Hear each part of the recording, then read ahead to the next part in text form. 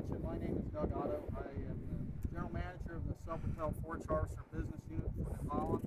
That's a new organization that we put together last year to get a lot more customer focused in the business than we had been. Because this is a very highly specialized business with targeted industry and targeted customers. We needed to get more focused on those dealers to help promote this machine. We've got a lot of investment that's been put in from engineering to develop the best machine in the industry, and we needed to elevate our dealer support of this out with the customers, and by now having this very targeted business unit, we can do that. So with that, we have the largest or widest range of heads available for the forage harvester. This machine is the flagship dairy and livestock product because all dairies and livestock, like beef operations, rely on feed as the basis of the production of the dairy or beef, and no single piece of equipment has any more impact on the quality of production of that animal than the forage harvester. So with that, the customers are very sensitive to issues related to their harvester and want to make sure that it's running in the field, and we have support behind it. So that's kind of the basis for why we've put this organization together. As I mentioned a minute ago, we have the widest range of heads in the industry, with row independent corn heads, both in large drums, which is kind of the traditional head, and then also small drums, which is an example that you have here. And this small drum head allows us to also harvest other crops other than just corn. Whole crops in terms of small grains, oats, barley, that are also chopped for cattle feed. But then also what we've expanded into is a new market in some biomass products.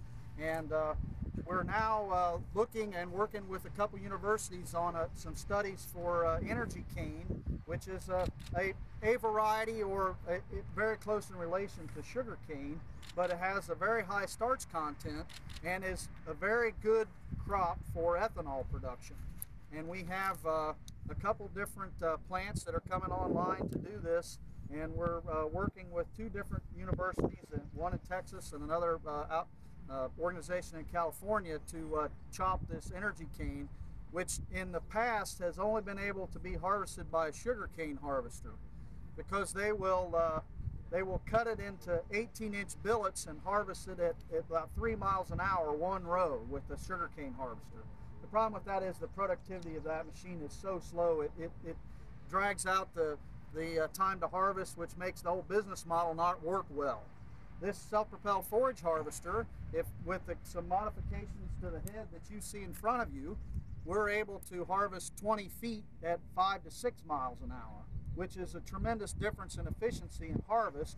Plus then it chops it in the length that they already want at the plant. So there's no other secondary processing like has to be done with a sugarcane harvester. So we're very pleased that we're going to make some impact in that, and we've got two different studies, as I mentioned, are going on this year to work on that.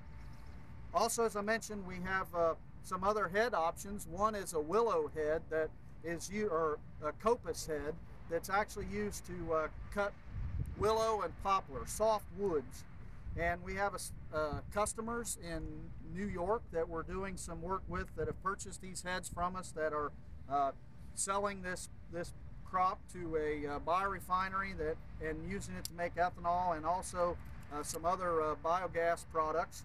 And then we're also working with a study with the U.S. Department of Agriculture in Washington and Oregon to do the similar kind of treatment to poplar. So we're very much engaged in this new biomass market, and now with a much more focused approach in a self-propelled forage harvester, we're able to get our dealers to be more focused in our main plant business, and then we can spend some time with our on-field resources doing some of these other new markets, and that's where we're getting into some of these biomass products.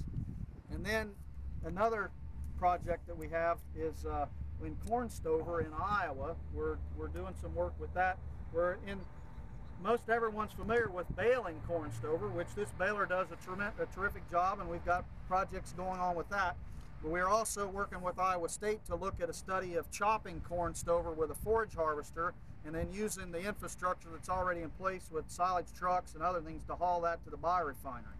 In some places it doesn't make sense, but in spots where the infrastructure is already in place close to the ethanol plant, it might. So that's another project that we're looking into for this year. So